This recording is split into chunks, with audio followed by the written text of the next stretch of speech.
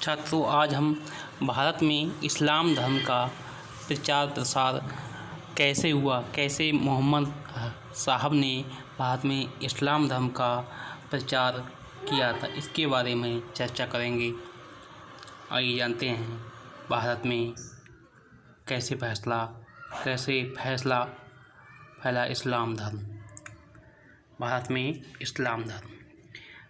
इस्लाम धर्म समय समय पर कई तरह से आया व फैला। जैसे अरबों द्वारा भारत पर आक्रमण से, अरब व्यापारियों के माध्यम से, ईरानी शरणार्थियों और सूफी संतों के आगमन से भारत में इस्लाम धर्म के प्रचार के प्रमुख कारण निम्नलिखित थे।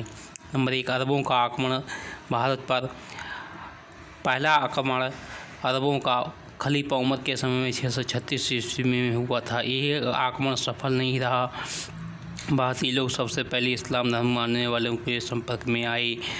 इसके बाद मोहम्मद बिन कासिम ने 712 ईस्वी में सिंध के राजा दाहिर को पराजित कर सिंधों पर अरबों का राज स्थापित किया। नंबर 2, अरब व्यापारी इस्लाम धर्म को मानते थे।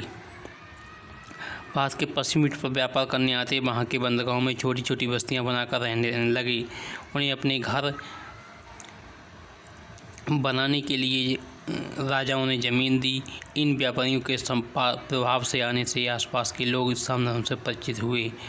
नंबर 3, भारत के उत्तरी हिस्सों में इस्लाम धर्म की जानकारी ईरानी शरणार्थियों के द्वारा हुई। 900 ईस्वी के लगभग ईरान देश पर तुर्क कबीले हमले कर रहे थे। इन हमलों से बचने के लिए कई ईरानी लोग भारत आए। नंबर 4, 12वीं शताब्दी के अंतिम दशक से भारत में तुर्क लोगों ने अपने राज्य स्थापित किया। उस समय तुर्क लोग भी इस्लाम धर्म मानने लगे थे। नंबर 5, 12वीं शताब्दी से 16वीं शताब्दी के बीच कई ऐसे संत हुए जैसे कबीर, नानक, तुकाराम, रामानंद, जिन्होंने साधारण भाषा में दोहे और गीत लिखे जो ईश्वर की प्रति भक्ति भाव से भरे थे। इन्हीं भक्त संतों की तरह कई मुसलमान भी थे जो सूफी संत कहलाए। अजमेर के ख्वाजा मोइनुद्दीन चिश्ती, पंजाब के बाबा फरीद, दिल्ली के निजामुद्दीन औलिया बहुत जाने माने सूफी संत थे।